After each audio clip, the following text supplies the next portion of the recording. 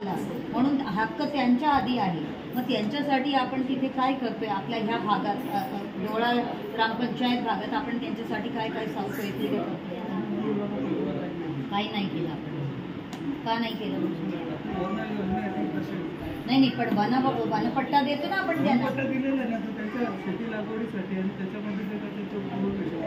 कारण बऱ्याच ठिकाणी मी तुम्हाला जसं मी तुम्हाला आधी दाखवून दिली होती की वनपट्ट्याचा कसं गैरव्यवहार होतो, तर इथे कशा प्रकारचा काही गैरव्यवहार आहे का? आता तो जो आता आम्ही बघितला तो चिकनवाला जो धंदा करतोय ती जागा वनपट्ट्याचा नाही आहे का? CSRचा किती फायदा करू शकलो? 2 मिनिटाची. तुम्हाला माहित आहे का ESR CSR काय आहे? हो, CSR माहिती. तर मग CSRच्या तुम्ही काय केला?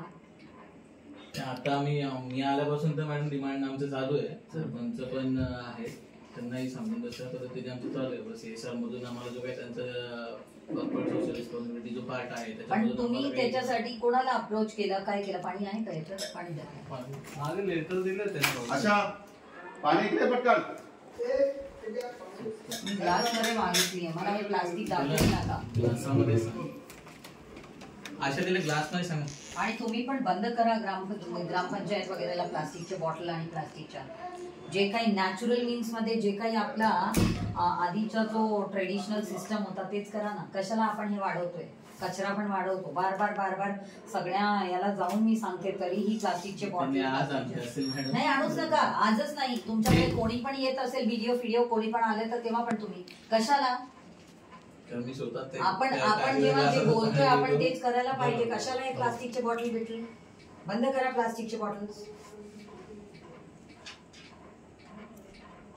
कसलीही सोयी सुद्धा नाही.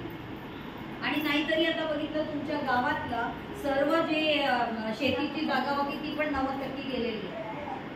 दुसरा तुमचा जो वनविभाग जातात, वनविभागवाले इथे आहेत म्हणून मी वनविभागवाल्यांना विचारत होती की जेव्हा आदिवासींचा आधी हक्क आहे वनाचा, नंतर वनवाल्यांचा, म्हणून तुम्ही आदिवासी आणि तुम्हाला माहिती आहे की कसं जपायचं आपल्या पर्यावरणाला.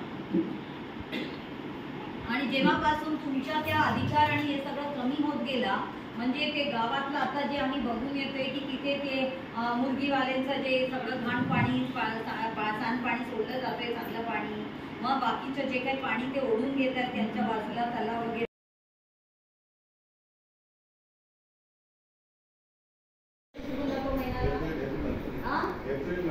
एप्रिल मंथ मध्ये सुकून जाते ना. का सुकतात? कारण भूजलच खाली गेलेला आहे. का गेलेला आहे? कारण जे आपले तलाव आहे किंवा आपले बोरवेल आहे किंवा हे जे आपले नदी आहे त्याचं खोलीकरण कधी होत नाही. आता जर वनपट्टा जर तुमच्याकडे एवढा वनाचा क्षेत्र आहे 200 एकर, तर तुम्ही त्याचं काय करताय? CCT केलाय का? वन तलाव केलाय का? असा सगळा प्रकार जर नाही केलं तर कसं होणार आहे? आणि अजून एक, झाडं जेवढा आपण लावणं, आपल्याला काय वाटतं आपण झाडाला पाणी देतो, पण उलट आहे. लक्षात ठेवा, पाणी झाडं आपल्याला पाणी देतात. आला लक्षात?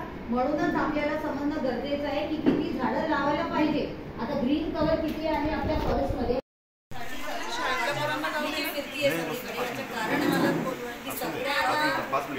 रेग्युलेशन हे सगळं माहिती पडलं तर आपण आपल्या हक्कासाठी बोलू शकतो आणि ते त्याच्यात कसं कारवाई करायला पाहिजे ते सांगणार. आज चल्लादानी नदी या उपक्रमाअंतर्गत आपल्या ग्रामपंचायत कार्यालयाच्या उपस्थित सन्माननीय दोंदे मॅडम तसेच माळीदादा पाटील मॅडम व त्यांचे सहकारी त्यांचे मी ग्रामपंचायत सर्व स्वागत करतो.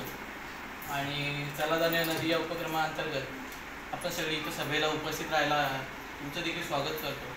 आणि या उपक्रमाअंतर्गत सन्माननीय दोंदे मॅडम आपल्याला काही चल्लादानी नदी या उपक्रमाअंतर्गत वात्सा नदी संवाद यात्रा जी आपण केली त्या दृष्टीने काही मार्गदर्शन करतील, तर त्यांना मी विनंती करतो की पुढील सभेला सुरुवात. माझा फोन चार्जिंगला लावला. हां लावला. त्याच्यासाठी पण मॅडम मोठा दाखवतो, कारण ती ओळाचा तुम्ही बघा आणि आधी पण काय सांगितलं ते पण तुम्ही लिहून द्या की how they have diverted all these things. आणि तुम्ही पण बघणं गरजेचं आहे की तुमच्या फॉरेस्ट एरियामध्ये जे एन्क्रोचमेंट्स आहेत आणि जे मी आता चिकनचा जो कारखाना बोलले तिथे पण त्यांनी जे केलं आहे, कसं फॉरेस्ट लँड नॉन फॉरेस्ट्री झालं त्याच्याबद्दल आधी एक पत्र मला हे करा आणि मला डिटेल्स त्याच्याबद्दल. तर जे हक्क तुमचा आहे ते बाहेर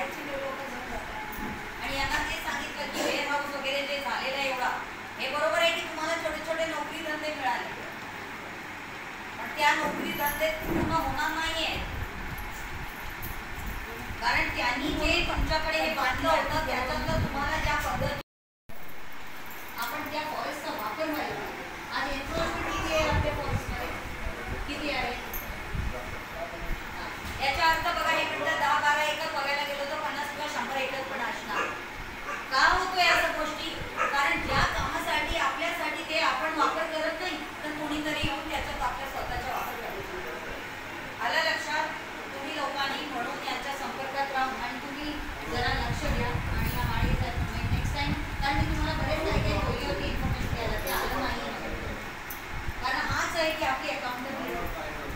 कारण जेव्हापर्यंत वनक्षेत्र जे आहे वनक्षेत्राचा जर प्रॉपर वापर नाही झाला तर आपल्या पाण्याचा साठा वगैरे व्यवस्थित होणार नाही. आणि आज तीच एवढीच राहून गेली आहे की ग्रीन कव्हरसाठी. कारण आपण बघतोय डोळा ग्रामपंचायतची एरिया टोटल एरिया किती आहे? डोळा ग्रामपंचायतचा टोटल एरिया किती आहे बघ सांगा. जेवढा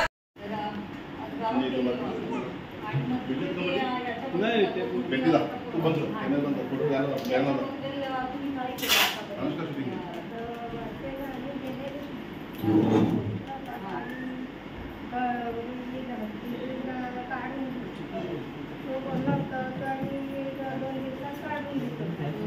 पण तो काय काढायचं बोलत नाही सर्व परमिशन आहे त्याच्याकडे. तो बोलतोय की त्याच्याकडे सर्व परमिशन आहे दुसरं मला असं पण दिसलं तुमच्या गावात आवाज जरा कमी करा. तर तिथे आपल्या मुख्यमंत्र्यांनी तेवढा मोठा जागा घेऊन टाकलं तुमचा मग परवानगी वगैरे आपल्याकडनं NOC घेतली ते कधी झालंय ते काम?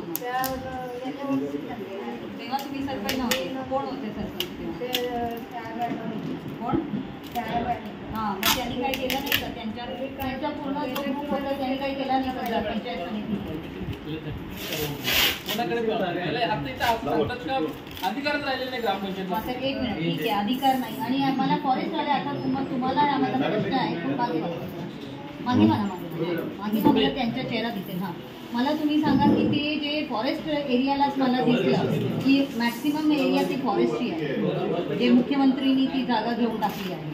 हे 40 एकरचा जागा आहे नर्सरीचा काहीतरी घेतलंय तर फॉरेस्टनी कसं काय त्यांना दिलंय ते?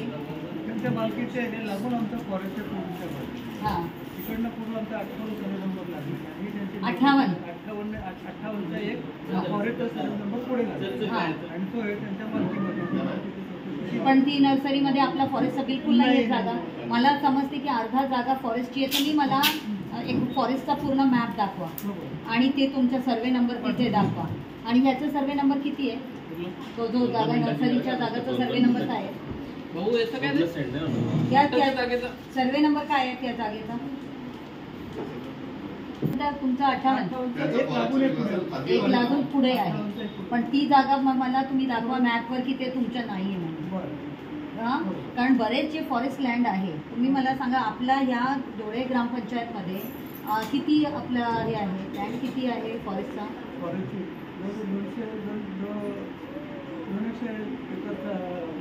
एकरचा जागा आहे.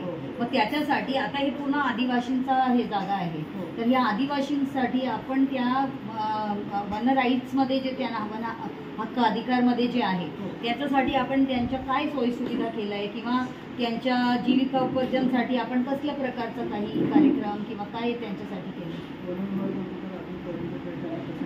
वनपट्टा वगैरे पण आपण दिला नाही. वनपट्टामध्ये काय यूज करायला पाहिजे